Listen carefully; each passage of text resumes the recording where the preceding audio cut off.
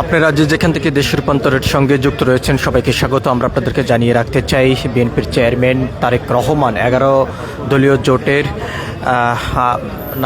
আমিরের বাসায় কিছুক্ষণ আগেই তিনি প্রবেশ করেছেন। আমরা আপনাদেরকে একটু দেখানোর চেষ্টা করছি।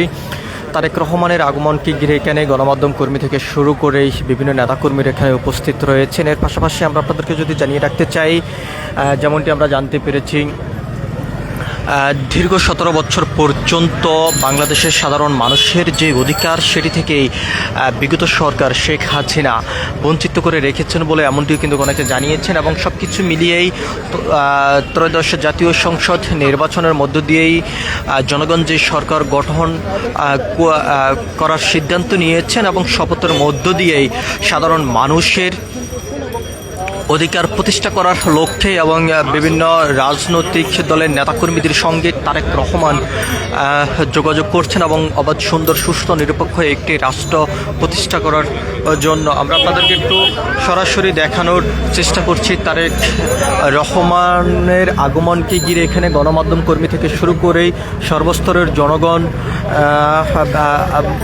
জামাতের আমিরের বাসার আশপাশ এলাকা জুড়েই কিন্তু আমরা দেখতে পাচ্ছি।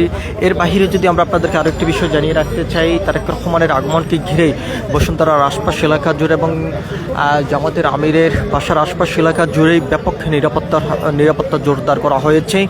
এখানে গণমাধ্যম কর্মী থেকে শুরু করে বিভিন্ন নেতাকর্মীরাও এখানে উপস্থিত রয়েছেন, আমরা এমনটি দেখতে পাচ্ছি। আমরা আপনাদেরকে একটু সরাসরি দেখানোর চেষ্টা করছি।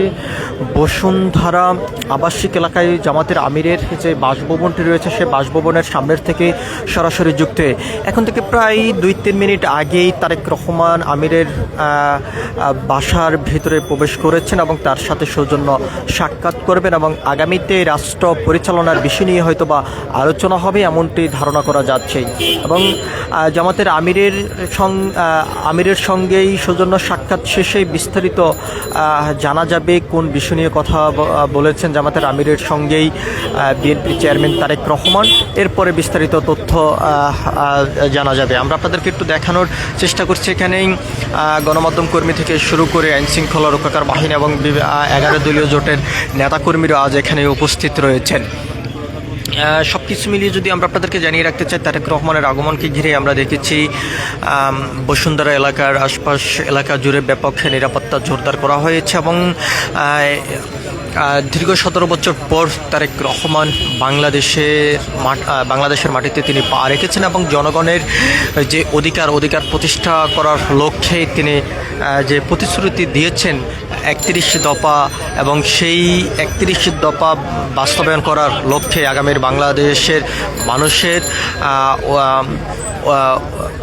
যে অধিকার প্রতিষ্ঠা করার লক্ষ্যেই বিভিন্ন রাজনৈতিক দলের নেতাকর্মীদের সঙ্গে তিনি কথা বলছেন। এবং আজ কিছুক্ষণ আগেই জামাত ইসলামের যে আমির ডাক্তার শফিকুর রহমানের বাসায় কিছুক্ষণ আগে তারেক রহমান এসেছেন এবং এখানেই জামাতের আমিরের সঙ্গে সাক্ষাৎ শেষেই যাবেন জাতীয় নাগরিক পার্টির এনসিপির যে আহ্বায়ক নাহিদ ইসলাম, তার বাসায় যাবেন নাহিদ ইসলামের সঙ্গেই সৌজন্য সাক্ষাৎ করার জন্য, এমনটি আমরা জানতে পেরেছি। আমরা আপনাদেরকে একটু সরাসরি দেখানোর চেষ্টা করছি। জামাতের আমিরের বাসার সামনে এখানে উপস্থিত রয়েছেন গণমাধ্যম কর্মী থেকে শুরু করে 11 দলীয় জোটের নেতাকর্মীরা এখানে উপস্থিত রয়েছেন এবং বিএনপির নেতাকর্মী এবং সমর্থকরা এখানে উপস্থিত রয়েছেন। তারেক রহমানের আগমনকে ঘিরেই বসুন্ধরার আশপাশ এলাকা জুড়ে এবং জামাতের আমিরের বাসার আশপাশ এলাকা জুড়ে ব্যাপক নিরাপত্তা জোরদার করা হয়েছে। দীর্ঘ 17 বছর পর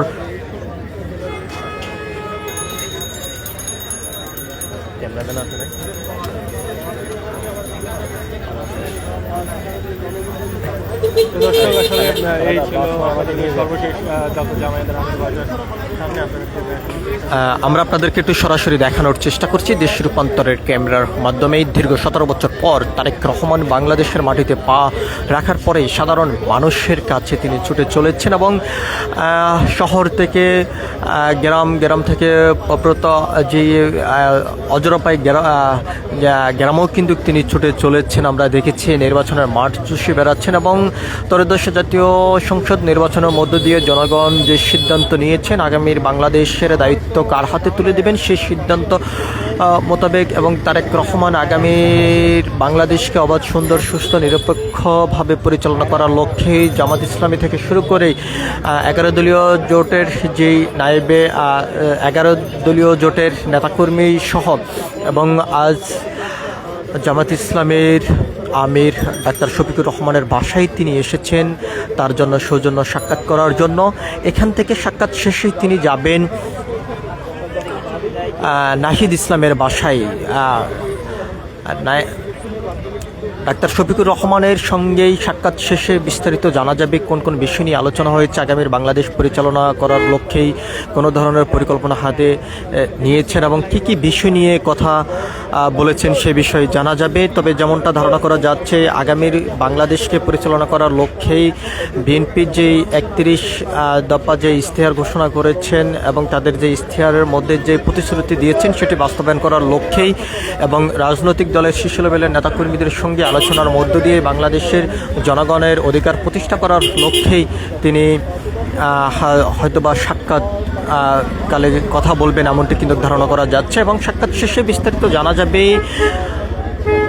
ডাক্তার শফিকুর রহমানের সঙ্গে কোন কোন বিষয় নিয়ে আলোচনা করেছেন বিএনপির চেয়ারম্যান তারেক রহমান। সব কিছু মিলিয়ে ছিল এখনকার মতন আমার কাছে শফিকুর রহমানের বাসভবনের সামনের থেকে সর্বশেষ পরবর্তী আপডেট পেতে সবাই দেশ রূপান্তরের সঙ্গে থাকুন। ধন্যবাদ সবাইকে।